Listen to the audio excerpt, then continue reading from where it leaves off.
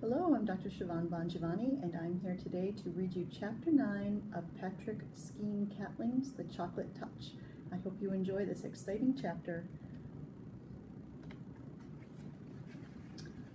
Oh, the shame of it, the humiliation! John wept breathlessly as he ran, shocked and frightened, indignant and angry at the world that had suddenly turned against him. Mean old things, John thought, blaming Miss Plimsoll and Mrs. Quaver for his failures, even though nothing that had happened to him had been their fault in any way. Horrible old school, he thought, even though he had liked school until that morning. Hateful Susan, he thought, even though he knew at the same time that he was really longing for her to be friendly with him again. Through the window, Mrs. Midas saw John coming up the pathway. "Hello, John dear," she called from the living room. "You're home early today. How nice. As a reward, there'll be a piece of chocolate after supper." "I hate it!" John shouted. He was crying too hard to say anything else for a moment. When she heard the sound of his voice, Mrs. Midas rushed into the hall.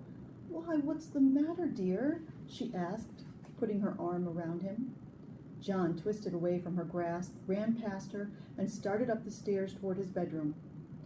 "Susan doesn't want me at her birthday party," he said as he went past. "I know she doesn't." "Well, I don't want to go to her rotten old party anyway." "I don't think you really mean that," Mrs. Midas said. "Besides," she added, and John was halted by the softness of her voice, "Mrs. Buttercup just telephoned to say she was going to drive over herself at 4 o'clock to pick you up." "She did?" John said, blinking down at his mother from the top of the stairway. "Yes, she did," Mrs. Midas assured him. "So you'd better hurry and get yourself washed and brushed. Your party clothes are laid out on your bed." There were games on the Buttercup's lawn while it was still warm enough outside. Later, the party supper, including the birthday cake, was going to be served indoors, and there would be a magician and a short movie. John joined in the blind man's bluff, and grandmother's footsteps, and fox and geese, and soon he became more cheerful. He even temporarily forgot about chocolate. Susan looked very pretty. Her yellow curls had been brushed so hard they looked silkier than ever. She was wearing a big blue ribbon of the same color as her eyes. Her cheeks were flushed with excitement, a deeper pink than her new party dress. On her feet were dainty little white socks and white shoes with straps that buttoned. Between games, Susan smiled at John and said, "I'm glad you came." They seemed to be on good terms again. Then Mr. Buttercup approached, bringing a bucket of water from the garage. He set it down in the middle of the lawn without spilling a single drop. "We're going to duck for apples," Susan whispered to John. "The boys against the girls. You can be captain of the boys' team." The two teams lined up for the race, Susan leading the girls and John the boys. "The idea is this," Mr. Buttercup explained. "When I say go—" "No, not yet, John." "Susan and John will run to the bucket.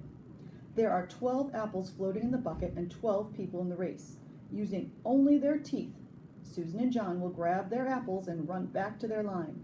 As soon as they touch the hands of the number 2 runners in their teams, Dinny and Duncan, Susan and John will go to the end of their lines, and Dinny and Duncan will run to the bucket and duck for apples. Do you all understand the way it's going to work? All right. 1 to get ready, 2 to get steady, and 3 to go!"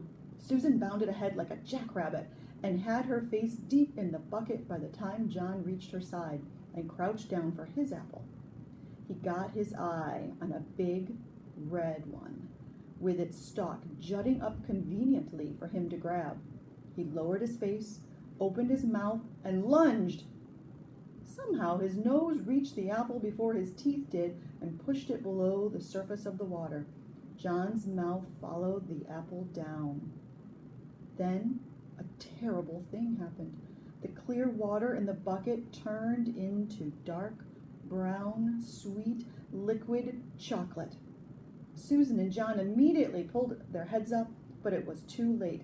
Their faces were drenched with chocolate syrup. "Oh!" Susan exclaimed, wiping chocolate out of her eyes. Chocolate syrup dripped down all over her delicate pale pink dress. "Oh," she moaned. John was in the same state. There was chocolate all over his face. There was chocolate on his white shirt front and on his gray flannel shorts.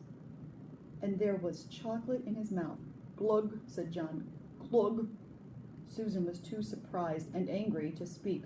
For the second time that day, she turned her back on John and ran away from him.